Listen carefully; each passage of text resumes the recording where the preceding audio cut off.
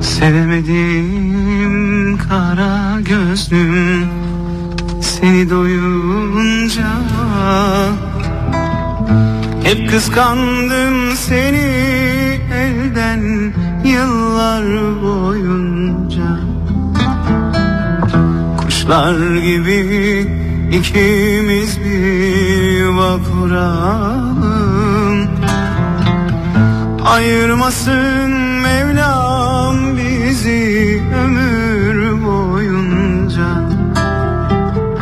Aramıza kimse gelip girmesin, ayırmasın Mevlam bizi ömür boyunca.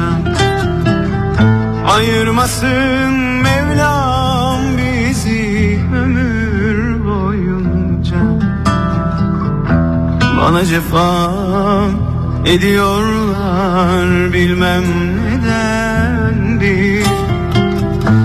Benim korkum senden değil, kaderimdendir. Herkes bana deli diye gülüp geçiyor. Senin aşkın beni kara gözüm deli ediyor. Herkes bana deli diye gülüp geçiyor.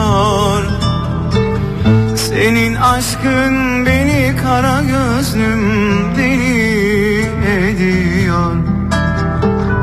Aramıza kimse gelip girmesin, ayırmasın Mevlam bizi ömür boyunca. Ayırmasın Mevlam bizi ömür boyunca. Ayırmasın Mevlam bizi ömür